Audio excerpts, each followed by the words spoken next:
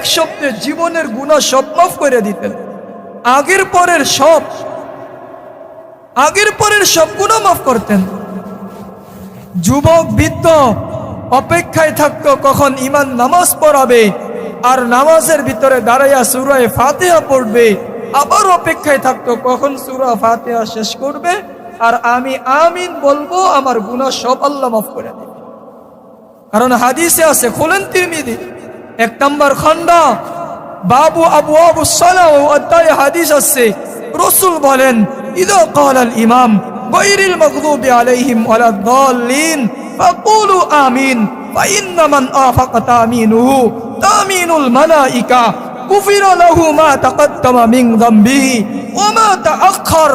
ইমাম যখন সূরা ফাতিহা পড়ে, গায়রিল মাগদুবি আলাইহিম ওয়ালাদ-দাল্লিন পড়ে, কোন মুসল্লি যদি এক শব্দ বলে, শুধু বলে আমিন, বলতে দেরি, তার সামনের পিছনের গুনাহ মাফ করতে দেরি না।